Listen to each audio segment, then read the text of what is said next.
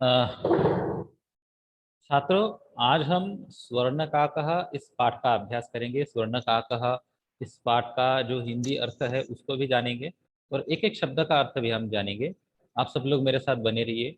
अब मैं अपनी स्क्रीन को एक बार शेयर करता हूं और आप स्वर्णकाकः इस पाठ को पढ़ना आरंभ करेंगे। लेकिन उससे पाठ को पढ़ना आरंभ करने से पहले बच्चों, स्वर्णकाकः ये जो शब्द है इसका मतलब हम जान लेंगे। स्वर्ण, स्वर्ण काका, हमारे पाठ का नाम है स्वर्ण काका। तो मैं स्क्रीन ही शेयर कर देता हूँ ताकि आप लोगों के सामने ये सारी चीजें हो। हाँ, तो ये हमारे पाठ्य पुस्तक मैंने खोल रखा है और इस पाठ्य पुस्तक में हमारा पाठ का नाम है दूसरा पाठ। कक्षा नवमी के संस्कृत पाठ्य पुस्तक शेमुसी से ये पाठ लिया है। अब इसमें ये जो पाठ का नाम है स्वर्ण काका, इसमें आप लोग देख सकते हैं कि स्वर्ण और काकहा ऐसे दो शब्द हमें दिख रहे हैं। तो स्वर्ण, स्वर्ण इस शब्द का मतलब क्या होता है बच्चों? सोना, सुवर्ण, सुवर्ण भी बोलते हैं उसको। और अंग्रेजी की बात करें तो गोल्ड।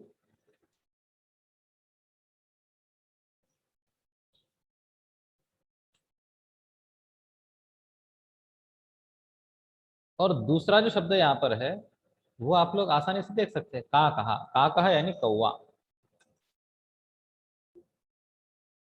अंग्रेजी में क्रो बोलते हैं इसको, इजंट इट, क्रो। तो बच्चों, अब इन दोनों शब्दों का मतलब हमें चूंकि पता चल चुका है, तो अब स्वर्ण का कहा ये समास, सामासिक शब्द है, समास है। यहाँ पर दोनों शब्दों का मिलकर ही एक शब्द बना है। अब इन दोनों शब्दों का मतलब बनता है सुनहरा कौवा, गोल्डन क्रो, या फिर सोने वाला कौवा। तो ये है हमारी इस कथा का नाम। अब कथा को आरंभ करने से पहले देखो, ये जो है पंक्ति, यहाँ से कथा आरंभ हो रही है। लेकिन इससे पहले इस कथा के पार्श्वभूमि एक यहाँ पर मैं बताना चाहता हूँ। ये इस पाठ की भूमिका है, यहाँ पर दिख रही है। अब ये जो भूमिका है इसको पहले आप सब लोग समझ लीजिए। देखिए, यहाँ पर कुछ बातें मैं आप लोगों को दिखाना चाहता हूँ। पद्म शास्त्री, श्री पद्म शास्त्री, इनके द्वारा कंपोज किया गया विश्व कथा शतकम नाम का एक ग्रंथ है। क्या नाम है ऑथर का? श्री पद्म शास्त्री। इन्होंने विश्व कथा शतकम, ये नाम, इस नाम का एक कथा संग्रह बनाया है। अब यहाँ पर जो शतक शब्द है ना, शतक यानी 100, तो 100 दुनिया भर की कथाएं, ऐसा विश्व कथा शतकम नाम का एक शब्द है। अब ये जो कथा यहाँ से शुरू होती है, इस कथा के बारे में इस पंक्ति में लिया है। एषा कथा वर्म देश से श्रेष्ठा लोक कथा। देखो यहाँ पर ये एक लोक कथा है। लोक कथा यानी फोक स्टोरी। फिर कहाँ से है? म्यांमार। म्यांमार भारत का ही एक पड़ोसी देश है। वर्म, जिसको पुराने समय समय में बर्मा बोलते थे, बर्मा या फिर ब्रह्मदेश भी बोल सकते हैं। संस्कृत में वर्म देश यानी म्यांमार देश। आप लोगों ने आंग सान सू की ये नाम सुना होगा, ये नाम उसी देश से जुड़ा हुआ है। अब ये जो कथा है, इस कथा में क्या बताया गया है?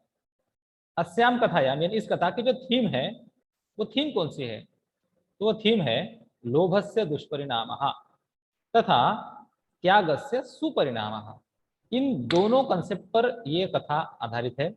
लोभस्य दुष्परिणाम यानी लोभ, लालच, लालच के नुकसान, और त्यागस्य सुपरिणाम यानी अगर आप लोग त्याग करोगे तो त्याग के फायदे इस कथा में बताए गए हैं। तो बच्चों, ये थी कथा की भूमिका। अब हम लोग साक्षात इस कथा को पढ़ना आरंभ करेंगे।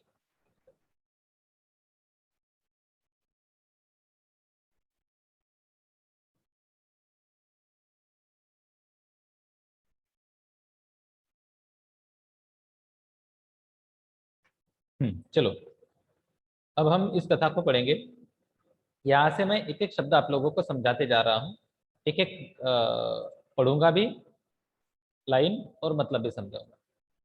अब देखिए बच्चों, यहाँ पर लिखा है पुरा कस्मिश्चित ग्रामे एका निर्धना वृद्धा स्त्री न्यवसत।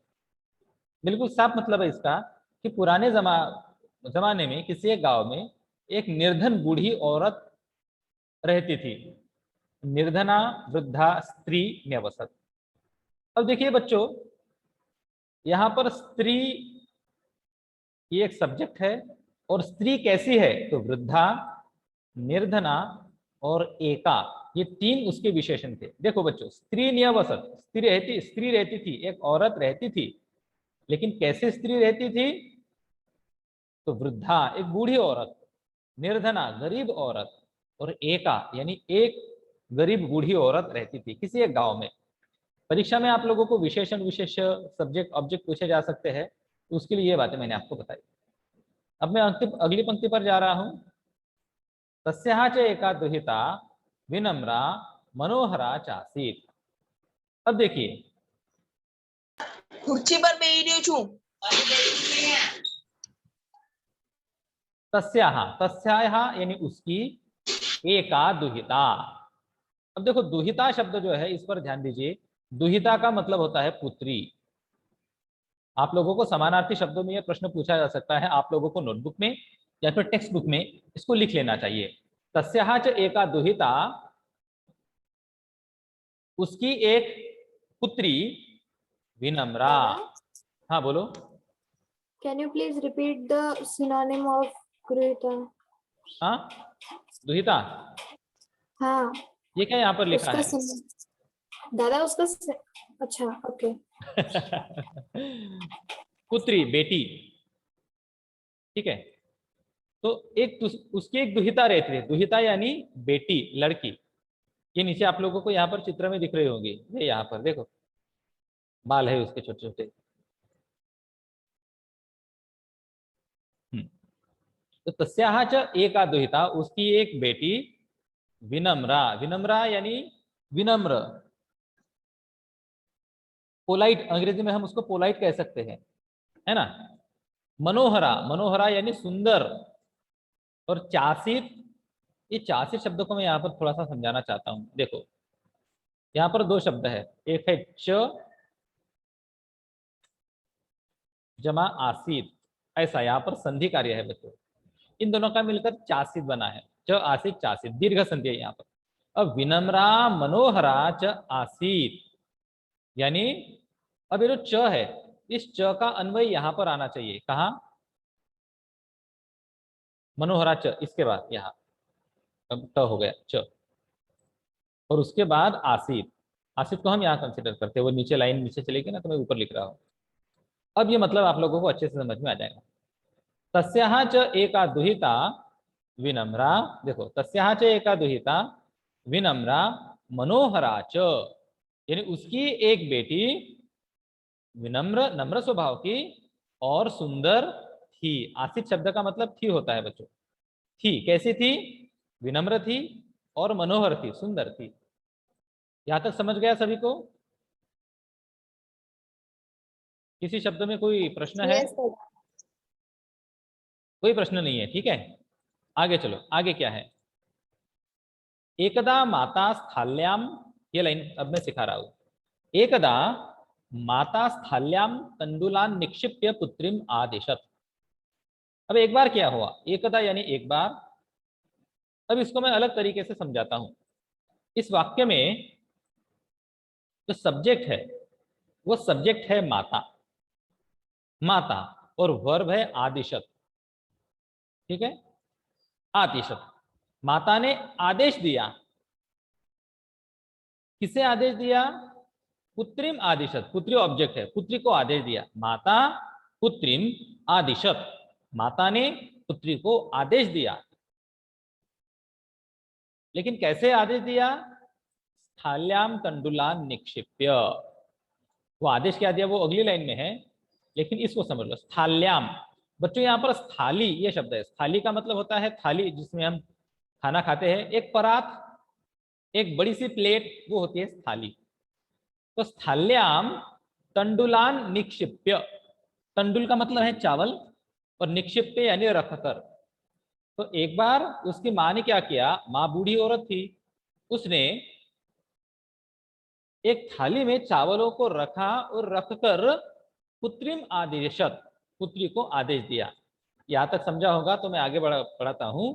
अब आदेश क्या दिया वो हम देखते हैं। सूर्यातपे तंडुलान खगेभ्यो रक्ष, ये आदेश माता ने दिया। किसको दिया? अपनी पुत्री को दिया। क्या दिया समझते हैं। सूर्या तपे, बच्चों यहाँ पर संधि कार्य है और इस संधि कार्य को मैं आप लोगों को समझाता हूं। आप लोगों को परीक्षा में पूछा जा सकता है। सूर्य जमा आतप, आतपे। अब यहाँ पर सूर्य का मतलब होता है सूर्य भगवान, सूर्य जो आसमान में विराजमान होते हैं और जिनकी वजह से हमें प्रकाश मिलता है। और आतप यानी धूप। अब देखो बूढ़ी माँ ने क्या किया कि चावलों को एक बड़ी सी परात में रखा और परात में कहाँ रखा? बाहर रखा, उनको सुखाने के लिए। शायद उसने धोया होगा चावलों को, सुखाने के लिए रखा होगा। तो उसने कहा कि सूर्या तपे, सूर्य के आतप में, आतप यानी धूप में, सूर्य की धूप में तंडुलान खगेभ्यो रक्ष, ये जो चावल है, देखो यहां मैं आप लोगों को पॉइंट कर रहा हूं। तंडुलान, तंडुलान यानी चावलों को खगेभ्यो रक्ष, खगेभ्यो रक्ष यानी खग। खग शब्द का मतलब क्या है बच्चों? यहाँ पर खग यानी पंछी, और खगेभ्यो यहाँ पर खगेभ्य रक्ष ऐसा संधि कार्य होता है। तो खगेभ्य रक्ष यानी पंछियों से रक्षा करो।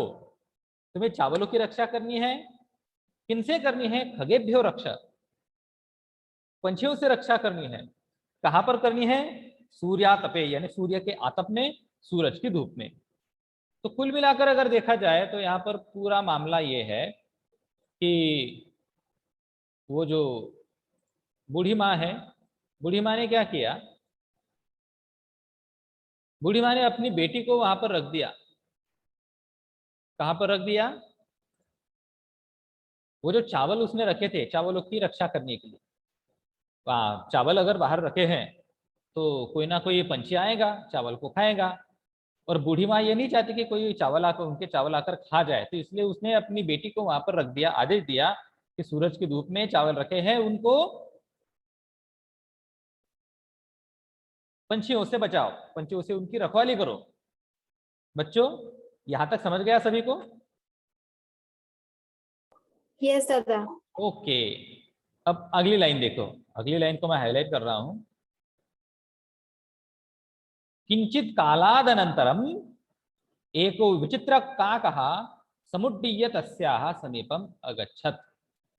अब क्या हुआ?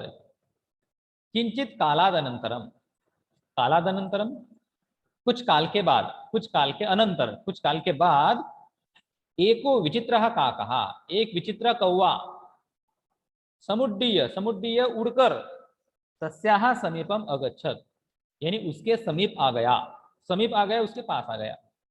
अब कुल मिलाकर अब देखो मंजर क्या हुआ।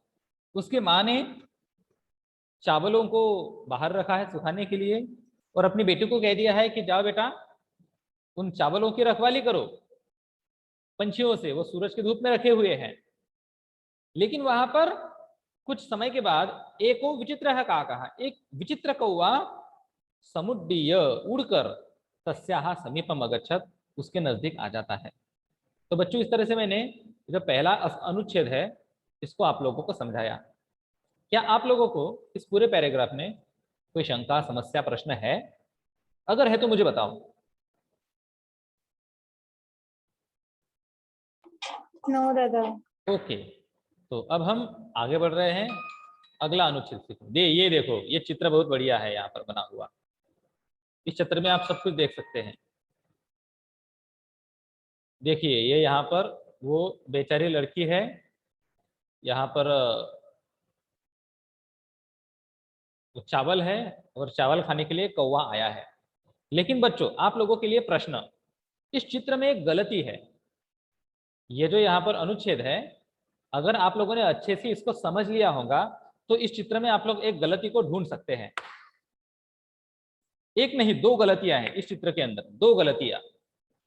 अब देखो ये चित्र बनाने के लिए दिया है, एनसीईआरटी ने किसी चित्रकार को दिया होगा कि भाई ये लेसन है, लेसन पर आधारित चित्र बनाओ, लेकिन उस चित्रकार ने दो गलतियां कर दी इसके अंदर।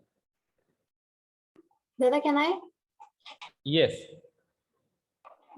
दादा सुनो उस सुनो, पैराग्राफ, अगर आपने, मैंने जो आप लोगों को पढ़ाया वो अगर आप लोगों ने ठीक से सुना होगा, अच्छे से अभ्यास किया होगा तो आपको समझ में आ गया होगा वो, अन्यथा नहीं।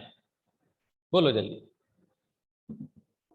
दादा उस पैराग्राफ में बोला है कि उसकी मम्मी ने मतलब वो जो वृद्धा थी उसने वो एक पतीले में मतलब थालिया में चावल सुखाने डाले थे लेकिन वहां पे कपड़े पर रखे हैं। हाँ, बहुत अच्छे से पकड़ा तुमने, तुम्हारा अभिनंदन करता हूँ। यहाँ पर लिखा है स्थाल्याम, यानी थाली के अंदर रखा था, लेकिन चित्रकार ने इतना ध्यान नहीं दिया, उसने कपड़ा रख दिया यहाँ पर कपड़े पर बिठा दिया कौवे को, कपड़े पर ही चावल रखा दिया। ये एक गलती पकड़ में आ गई। दूसरी गलती,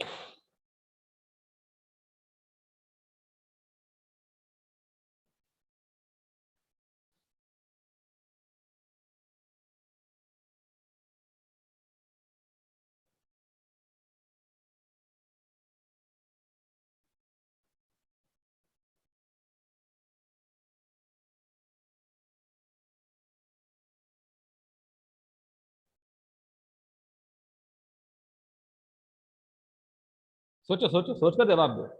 वो जो पूरा का पूरा अनुच्छेद है, मैंने उसका हिंदी मतलब आप सभी को बताया, एक एक शब्द को बताया। अगर आपको कुछ गलती दिखे उसके अंदर तो मुझे बोल दो।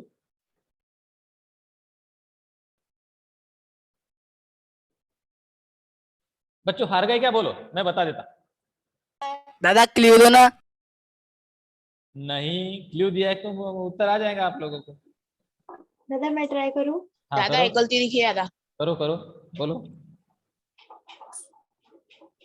दादा वहां पे सूर्या तपे लिखा है और पीछे सूरज डूब रहा है। हाँ, शायद उग रहा होगा, वो सूर्य का उदय हो रहा होगा। यहाँ पर लिखा है सूर्या तपे, सूर्य के आतप में, सूर्य की गर्मी में तुम चावलों की रखवाली करो, सूर्यातप बोला है। और यहाँ पर सूरज की धूप तो है ही नहीं, प्रकाश है सुबह का, सुबह का प्रकाश तो बहुत शांत शीतल और ठंडा होता है कि नहीं।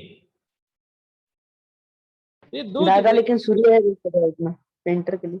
अरे हाँ, वो सूर्य भगवान जो है ना, वो ऐसे ऊपर होने चाहिए थे, मुझे ऐसा लगता है। ऊपर यानी ये ऐसे ऊपर अगर रहते ना यहाँ पर तो बात बन जाती, बहुत अच्छा लगता। दादा शायद से पहाड़ी ज्यादा बड़ी थी इसलिए नहीं दिखाऊंगा। अरे नहीं ना, नीचे है ना वो पहाड़ी भी, पहाड़ी काहे के ऊपर है, वो भी तो नीचे है। हाँ ऐसा, अब ये ज्यादा ठीक लगता था। खैर चलो, अब चित्रकार को जैसा लगे वैसा उसने बनाया, हमें तो चित्र से मतलब नहीं है। हमें मतलब किससे है, हमें इस टेक्स्ट से मतलब है।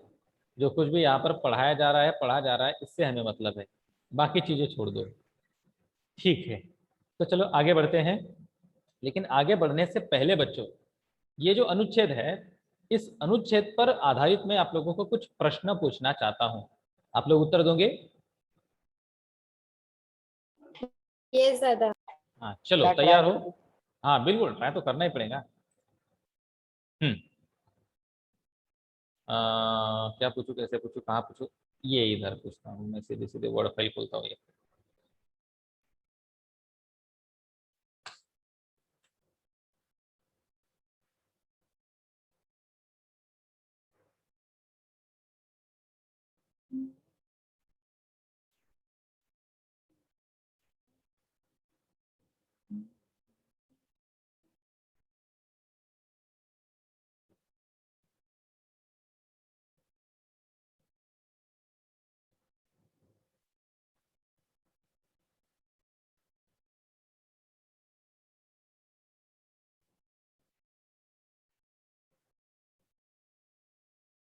हाँ, अब नीचे वर्ड पैड भी आपको दिखेगा, प्रश्न भी दिखेंगे।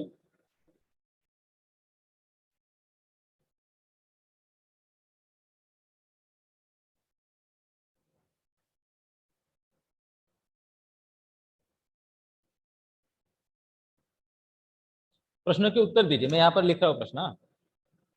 आ,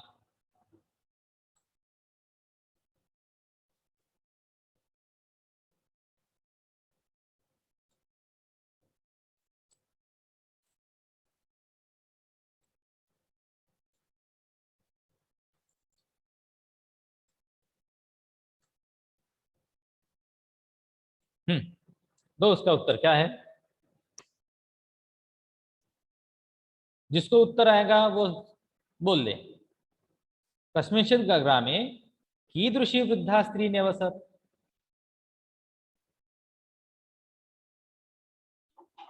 गौरव बोलो। कस्मिंश्च दादा पूरा हाँ, पूर्ण वाक्य ने उत्तर दो, पूर्ण वाक्य से। पूरा कस्मिंश्चित् ग्रामे एकः निर्धनः वृद्धा स्त्री निवसति। देखो यहाँ पर निर्धना इस शब्द से हमें मतलब है, तो कस्मिंश्चित् ग्रामे निर्धना वृद्धा स्त्री निवसत।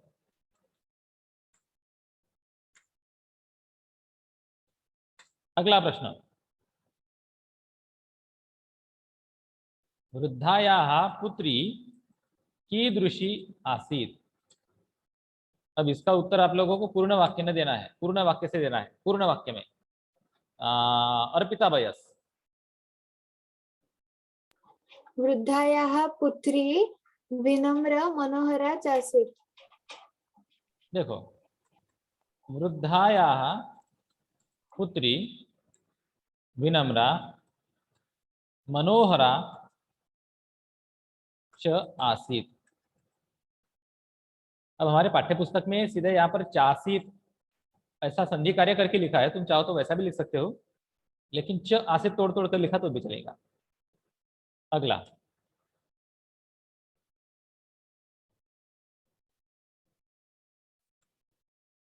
तंडुलान रक्षयितुं वृद्धा काम आदिशति। जवाब दो, रेवती बोलो। पुत्रीम आदिशति। करेक्ट करेक्ट करेक्ट, इसका पुत्रीम ये उत्तर है, पुत्रीम। अगर एक पदे न उत्तर, तो ऐसा अगर सवाल होता कि भाई आंसर इन वन वर्ड, तो पुत्रीम। अगर पूर्ण वाक्य ने उत्तर पूछा होगा तो फिर ऐसा, तंडुलान रक्षयितुं वृद्धा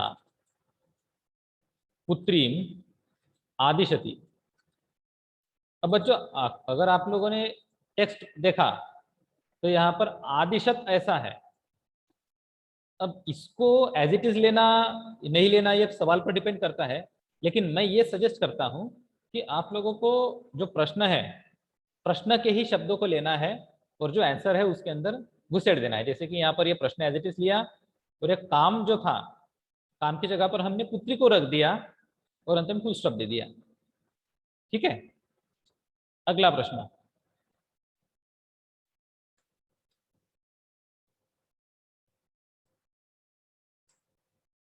वृद्धा इत्यस्य शब्दस्य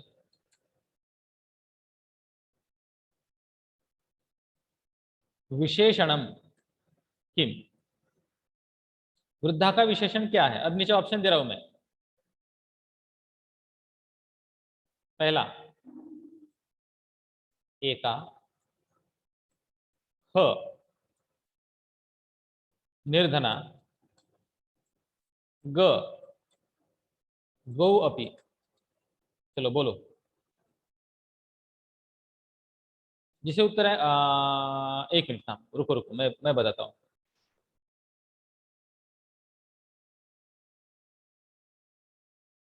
निधि उत्तर देंगी इसका, निधि। निधि बेटा, ओ निधि, यस दादा। क्या तुम्हें ये प्रश्न समझ गया। वृद्धा इत्यस्य शब्दस्य विशेषणम किम।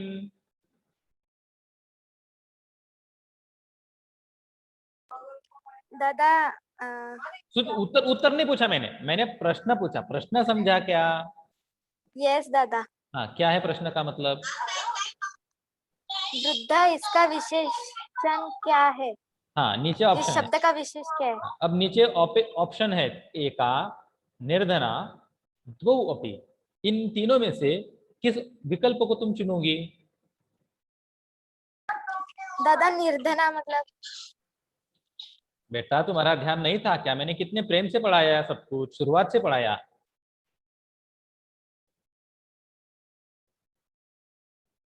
सुनो सुनो बच्चों, जब मैं कोई भी ये लेसन पढ़ाता हूँ, शब्दों के मतलब बताता हूँ, अगर कोई नया शब्द अगर आपके कान पर आए तो उसके मतलब को लिख लेना चाहिए। और जिन शब्दों के अर्थ आप लोगों को पता है पहले से, उनको लिखने की जरूरत नहीं है। तो इनमें से कोई भी शब्द अगर मैंने उठाया तो दो बातें होनी चाहिए। एक तो आपके पास उस अर्थ का, उस शब्द का अर्थ लिखा होना चाहिए, नहीं तो आपको वो पता होना चाहिए। अब जैसे कि साकेत है, साकेत को निर्धना शब्द का मतलब पहले से पता है, तो टेक्स्ट बुक पर वो नहीं लिखेगा। अगर निधि, तुम्हें अगर निर्धना शब्द का मतलब पता नहीं था तो तुम्हें यहाँ पर ऐसा लिख लेना चाहिए था। जैसे निर्धना का मैंने मतलब क्या बताया था बच्चों, गरीब, ऐसा बताया था मैंने। तो यहीं पर ऐसे छोटे बारीक अक्षर में पेन या फिर पेंसिल से गरीब ऐसा लिख लेना चाहिए, है ना, है कि नहीं बोलो। तो निधि बेटा, जब मैं इसका मतलब बताया था, मैंने इसका मतलब बताया गरीब शब्द का, तब तुम क्या कर रही थी एक बार मुझे बताओ तो जरा, मैं भी करूंगा। निधि, हरिओम, जवाब दो निधि। दादा हाँ she left the meeting. Okay, तो फिर ठीक है, चलो छोड़ो जाने दो।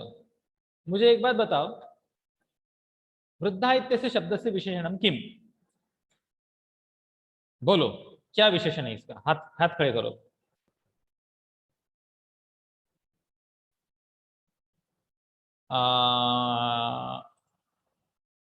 Four participants raise the hand. Gaurav Gurde, say repeat गौरव, करोगे, मैं डिस्कनेक्ट हो गई थी। अब चलो बाद में करूंगा। हाँ चलो, क्या है फिर विशेषण, गौरव गुर्दे बताओ। दादा दोनों भी एका और निर्धना। क्यों, एक का विशेषण थोड़ी ना है, ये कोई क्वालिटी थोड़ी ना है। दादा विशेष बताया ना इसलिए। बच्चों नंबर्स भी दो विशेषण होते हैं।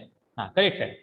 तो देखो, निर्धना मतलब गरीब, तो गरीब तो थी ही, वो तो विशेषण है ही उसका, लेकिन एका ये जो शब्द है ये भी उसी का विशेषण है। बच्चों पॉइंट समझ में आ गया। Yes, ओके, बहुत yes, बढ़िया, दादा. बहुत बढ़िया। चलो अगला प्रश्न।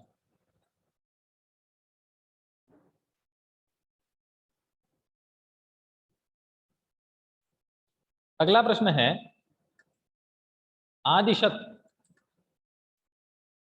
इत्यस्य क्रियापदस्य कर्तृपदम किम। सबसे पहले मुझे यहाँ पर रुशिल चांडक बोलेगा, रुशिल, रुशिल, रुशिल है क्या वहां पर, नहीं है। साकेत है, साकेत, यस दादा। हाँ, आदिशत इत्यस्य क्रियापदस्य कर्तृपदम किम, इस प्रश्न का मतलब बताओ मुझे पहले, इसमें प्रश्न समझ में आ गया क्या।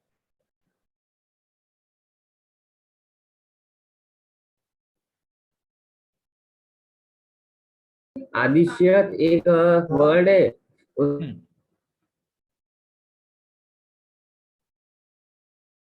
दादा मैं बोलूं, बोलो बोलो। आदिशत इस क्रियापद का कर्तृपद कौन सा है? कर्तृपद किसे कहते हैं, व्हाट इज कर्तृपद। दादा जो एक्शन करता, मतलब जो करता है। हाँ करता करता, है। अंग्रेजी में क्या बोलते हैं उसको।